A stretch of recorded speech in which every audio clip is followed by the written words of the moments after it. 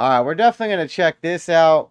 This may be extremely boring to a lot of you folks, but it's going to be highly interesting to me. We just passed up Memorial Day recently, and since we're in the month of June, debauchery month, and we celebrate debauchery for a whole month, and only our veterans, fallen veterans, for a day. Yeah, we're going to get into this video. We're definitely going to get into this video. If you're new to the channel, welcome. My name is Randall. This is the McClures. Links are in the description if you want to help support. ShopMcClures.com is the website. We sell quality American products. Go check it out. See if we have anything that you want or need. We're going to be getting into an interesting video today on Omaha Beach. This is a D-Day cameraman who filmed the assault waves on June 6, 1944 for World War II. The actual cameraman who was there that took the shots. So that's incredible. That is absolutely incredible. This is going to be, I want to say, not nostalgic, but I don't know. It's going to be cool. Let's check it out.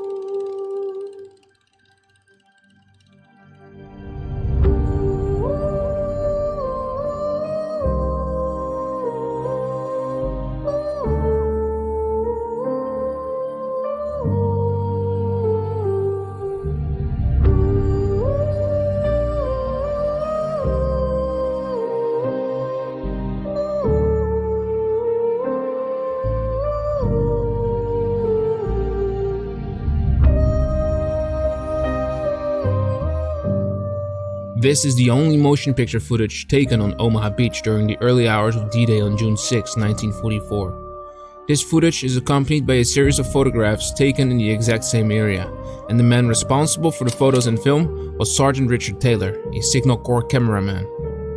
But besides filming on the deadliest beach of all of D-Day, what if I tell you that he was wounded in the arm while filming the events that morning? And yet he continued to film until he could be evacuated. Now in this video we're going to Normandy to discover his story, we're going to show you where the footage was taken, and we're going to stand on the exact same location to take some then and now photographs. But before we go to Normandy, I want to take a moment to thank our sponsor, MyHeritage, for sponsoring this video.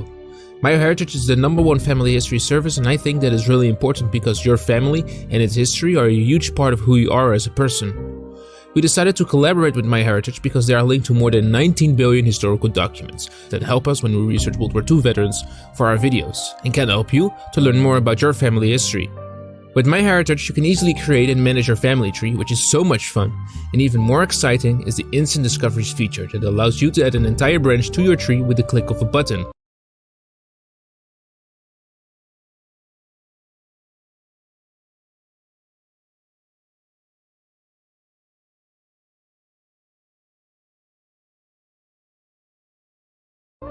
Because MyHeritage is linked to billions of documents and other family trees, the Instant Discoveries feature tries to match this information to your family tree. This is how I found information about my family from the 1700s, such as where my 7 times great-grandfather was from. Self here, using feature count. Now let's continue to execute Operation to Normandy. Alright, it's 1944 and you plan to execute Operation Overlord, the invasion of German-occupied Western Europe during World War II and designed to bring total defeat to Germany. The assault phase, known as Operation Neptune, would land Allied troops in Normandy by air and sea, and would become the largest seaborne invasion in the history of warfare. There's no way that you don't want this to be filmed or photographed for tactical, historical, and publicity purposes. In order to control the photo coverage as best as possible, the US Armed Forces had specific teams of military personnel within their branches trained to take film and photographs in various situations.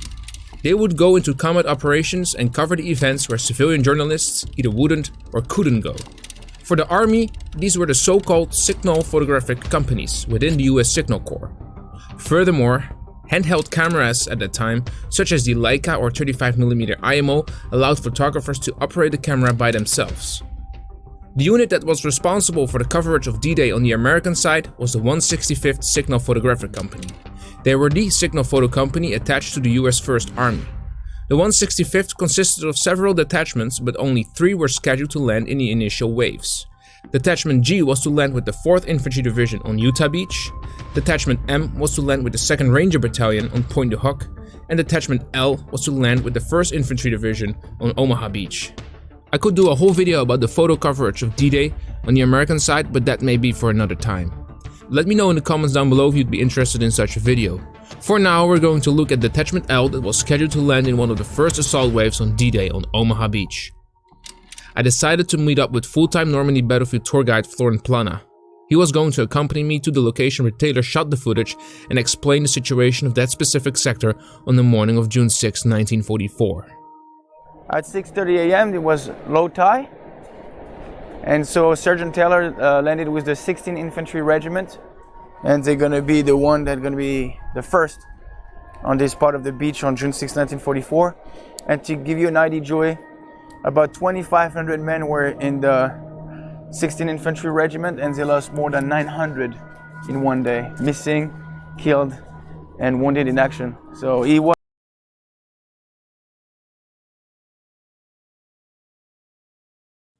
Had my mic off. That's crazy to be walking on that beach. How much blood was spilled on that beach. Just German machine guns up in these mountains up here. Just mowing down people. It's absolutely crazy to think of. was part of this group, and they have heavy high casualties. So Joey, right now we are under WN60. WN60 is right there on the top of the bluff, and we're just in the northern part of a little hamlet called Cabourg. And actually, which is kind of interesting, you can see in the video footage that some of the beach obstacles are, wooden pole. And after those wooden pole, you can see it's a clear space, which means that we're really on the most eastern part of the beach where you have those beach obstacles. And you can see that Cabourg is right there. And right now, we are in this area on the beach, right under WN60, which means that those shots that were taken by Sergeant Taylor should have been taken in this area. So right now it's very different because it's clear, it's beautiful. But at that time we used to have a few beach obstacles. You can see all the guys trying to get out. Some of them are shot straight on the beach. You can see a lot of men actually already dead in the water. And this is kind of not disturbing, but perturbing when you think about the fact that it was just right here. All those men that lost their life trying just to get out of the water, crossing the beach, and hide here behind the cliffs. So all those shots. This is the only place that have the cliffs like this? Yes. So this is actually this part of the beach is very easy to recognize because of the cliffs. That's the only area where we have like those cliffs were approximately like in feet. I don't know how you say that in feet, but it's probably 3-4 meters high. Obviously, the cliffs are not exactly the same anymore as in the erosion. 1944, I mean, because of the erosion. Yeah, so the cliffs per se are not exactly the same because of the erosion, but when you're looking at those pictures, you can clearly see that it was taken right here, just under a WN60. And the guys, after landing on the beach, you're trying to take cover. That's you can incredible. see Navy personnel, you can see 1st Infantry Division, and which is very interesting, you can see members of the 29th Infantry Division were supposed to land on the western sector of Omaha Beach. So it's a total mess, total chaos, and some guys are just trying to find protection right there behind those cliffs. And we have the most iconic, actually, pictures that we have. Sun's out, guns out, they say. I mean, that's what happens. It gets nice out. You want to wear your comfortable clothes. You want to be active. On D-Day itself, Detachment L consisted of only 8 men and their commander, Lieutenant Martin C. Grossfeld. In total, 4 men of Detachment L were scheduled to land with the division on Omaha Beach. First, 2 would land with the 16th Infantry Regiment at H+50. H hour was 6:30 a.m., so this would have been 50 minutes later. Another group of 2 men would land with the division headquarters at H plus 110. However, the morning reports of the detachment mentioned that 1 officer and 1 enlisted man landed on the coast of Normandy as part of the forward echelon at 8:30 a.m. We know that Sergeant Taylor was probably one of them, which makes us think that the officer in question could be Lieutenant Martin C. Grossfeld. However, we talked to Taylor's family and they were only aware of Captain Wall's presence. We do know that Captain Herman V. Wall, commander of the 165th Signal Photo Company, landed on Omaha Beach that morning. However, he was the company commander and not part of the detachment. Captain Wall took several photographs on Easy Red and was wounded by a shell shortly after, resulting in the loss of his leg. Unfortunately, we do not know which other men of the detachment landed that morning. Besides the morning reports, all other archive material of the 165th Signal Photo Company is not to be found at the US National Archives.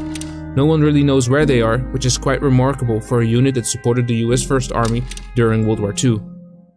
And to top it all off, the footage that Taylor shot on D-Day is the only footage made by the detachment that has surfaced after World War II. It's kind of crazy to walk in his footsteps, right? Yeah. It's so peaceful Wow. today. Yeah, hard to believe that happened right here. So right here from where we are, you can see 3 different WN Widerstein nest, resistant nest, WN62 right there, WN61, and WN60. So if you're really trying to cross the beach here on June 6, 1944, you're fired at from several different directions and you're just a sitting duck because the Germans are right there on the top. I don't know if you can see, but this is WN60. So you're very exposed. You land here at 6:30 a.m. in the morning. You try to get out of the beach and you actually cross that beach. You have 300 yards of beach and the only place where you can hide is behind that cliff. So if Taylor landed here, he would receive fire from the top there Yeah. and from the fire maybe over there. Yeah, absolutely. Both direction, from there and from there. But I presume, honestly, most of the fire was coming from the WN60 because we're right in front of it. So when we have the scene where the guys are being shot at, Yeah, they are getting probably fire from the top. that's my belief. And if it's not that one, that can be a little bit more on the west because, as we said, they're WN61 and 62. Yeah. But like we can see, you see, there are people on the top right there. Yeah. You see them? Yep. This is where we have trenches actually looking down toward Fox Red sector. So this is actually where the Germans were, right there on WN60. So it gives us a good idea of where they were. We headed back to the cliffs where Taylor shot his film. Even though most archive material of the 165th was lost, we found an interesting account in a Signal Corps publication regarding all photography surrounding the invasion of Normandy. It contained a small paragraph about Richard Taylor. And it says, United States Signal Corps photographer Sergeant Taylor stepped off the boat into a Normandy minefield in 3 feet of water at each hour, and 30 seconds later shrapnel wounded him in the upper left arm. Sergeant Taylor stumbled but managed to keep the camera above water as machine gun bullets sprayed him with water and sand. As doughboys dropped around him, some dead, others hurt, he filmed it all. Wading to the beach, he shot 100 feet of film of our advancing troops. He returned to the hospital in England to have his wound attended and brought one of the first combat films of the assault of the Fortress of Europe. His were the first motion picture to arrive in the United States, age plus 64 hours. In the caption sheets that were received with the film from Sergeant Taylor, he doesn't mention his injuries. All he says is in naive, several scenes are missing because of difficulties with snipers and machine gunners. Sergeant Taylor voluntarily enlisted in the US Army in 1942. He was already working as a photographer for a studio in New York. For his actions on D-Day, Sergeant Taylor was awarded the Silver Star. He was photographed in a hospital in England on June 9th. Still holding his camera, he was talking to a paratrooper that was also wounded in France. 2 days later, he wrote a letter back home to his parents. Hope you were not worried because I haven't written recently. I was very busy, also confined, due to opening of the second front. I am fine and am resting in a clean hospital, getting the best to eat and drink. I'm also attended by good doctors and charming nurses from the States. I got a slight wound in the left arm on the morning of D-Day in France. There's nothing to worry about really, Dad, as my arm will be the same as before in another week or two. Managed to get some good photos, so I was told before leaving France. In the hospital he turned over the film that he shot on D-Day. He had 3 cans, each containing approximately 100 feet of 35mm exposed film of the operations, another reel of 100 feet exposed 35mm film, and 2 rolls of exposed film containing stills from his Kodak 35. His D-Day film and photographs became one of the most iconic ones that covered D-Day, for his film is the only to show combat infantry on Omaha Beach on June 6, 1944. Over the years, people have tried to identify some of these men that appeared in the photographs. The man in the foreground was supposedly identified as Nicholas A. Fina of Company I of the 16th Infantry Regiment. Unfortunately, Taylor never wrote down the identity of the men that appeared in the photographs. We also believe that the reason for that is that some of the photographs are still images from the original film roll that contained this footage, because all photographs have the same reference number to the negative. And some photographs are identical to the motion picture footage that Taylor shot.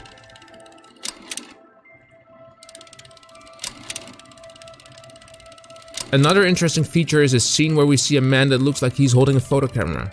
Who was that man? Was it Lieutenant Grosfeld, or was it another photographer whose name we don't know? Besides Taylor and Captain Herman Wall, we know that at least 2 other photographers landed on Omaha Beach that morning. These were Robert Capa, who apparently took his famous photographs on Easy Red, and Yank photographer Pete Paris, who was killed by the same shell that wounded Captain Herman V. Wall, also on Easy Red. Or could it be Taylor himself, while another man was holding his film camera? These are interesting questions we'd like to answer one day. Sergeant Taylor continued to photograph and film the war. He filmed parts of the liberation of Luxembourg in September 1944 and was also photographed here. He was also responsible for taking photographs at the site of Malmedy massacre for collecting evidence. He survived the war and passed away in 2002 at the age of 95. His D-Day film is probably one of the most used films for D-Day documentaries. However, all credit to his film is lost when not mentioning his name or when mixing his footage with other D-Day footage shot by other cameramen. Therefore, we can proudly say that all motion picture footage used in this documentary was shot by Taylor. This video was our attempt to restore some of that credit, by putting a name and face behind the only motion picture footage shot in the assault waves on Omaha Beach on D-Day on June 6, 1944. That's cool, you can see it's a 30 cal water cooler machine gun.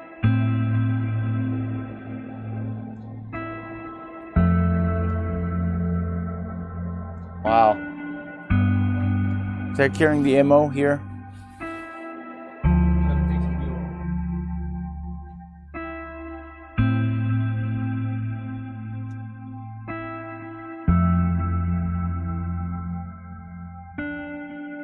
What a cool project to be a part of, though. To be able to go to the same places, look at them. Find the same rock. That is cool.